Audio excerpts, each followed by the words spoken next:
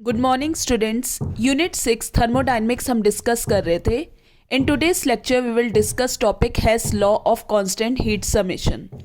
हेस law क्या कहता है कि जो total amount of heat evolve या फिर अब्जॉर्ब्ड हो रही है रिएक्शन में वो सेम रहेगी, चाहे वो रिएक्शन एक स्टेप में हो चाहे वो बहुत सारे स्टेप्स में हो।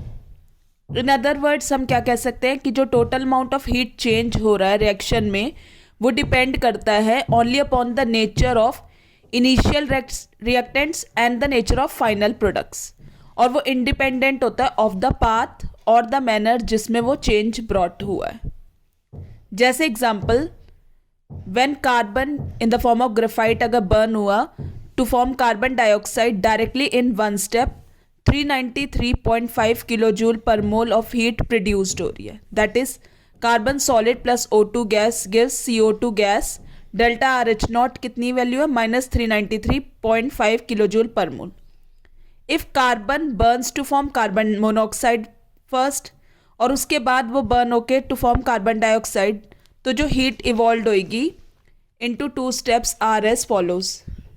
अगर 2 स्टेप में हुई ये reaction, carbon solid plus half O2 gas gives CO gas carbon monoxide gas. Delta RH 1 nought -110.5 kilo joule per mole.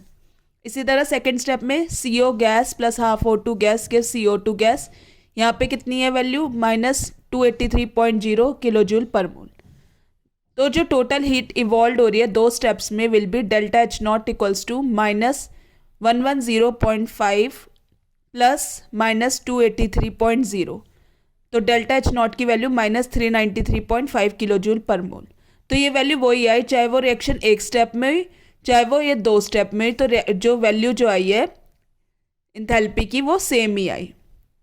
तो यही कहता है हेस लॉ कि चाहे रिएक्शन एक स्टेप में हो चाहे वो बहुत सारे स्टेप्स में हो, जो total amount of heat evolve या फिर अब्जॉर्ब्ड हो रही है रिएक्शन में वो सेम होगी।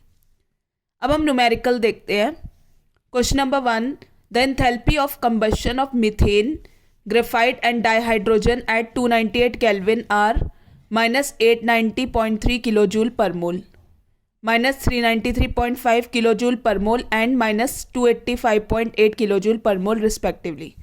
enthalpy of formation of methane हमें निकालना है।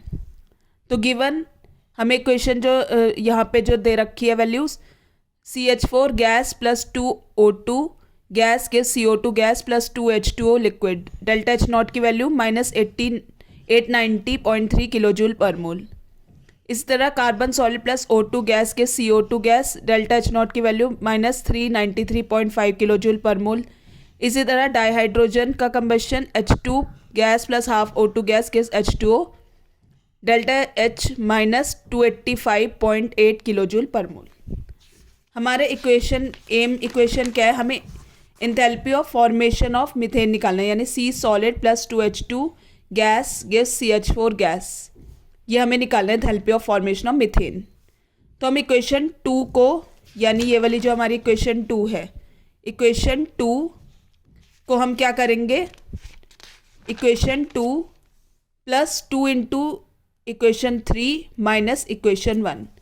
तो ये जो इक्वेशन 2 है प्लस इस इक्वेशन 3 को 2 से मल्टीप्लाई कर देंगे और माइनस इस इक्वेशन 1 से हम माइनस कर देंगे, तो हमारी enthalpy of formation of methane आ जाएगी।